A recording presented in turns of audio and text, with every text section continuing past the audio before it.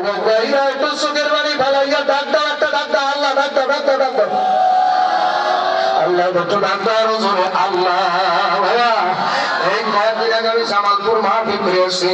এক লোক বলে, হুজুর এই এলাকার ভিতরে হুজুর ওই একটা কবরস্থান আছে, আল্লাহু আকবার, পারিবারিক একটা কবরস্থান আমার দেখাই। বলে হুজুর আমি রাত্র 2টা-2:30টার সময় স্পষ্ট ওই কবরটায় দেখছি দাউ দাউ করে আগুন জ্বলে। আল্লাহ, আমি স্পষ্ট দেখছি কবরটার মধ্যে দাউ দাউ করে আগুন জ্বলে।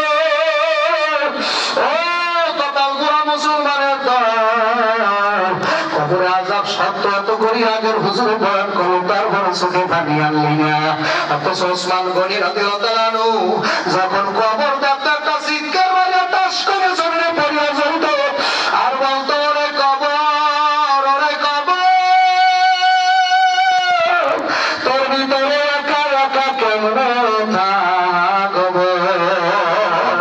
এখানে অনেকের মায়ের কবরে আছে, তো সাইডে কোনো মার চেহারাটা মনে করো না।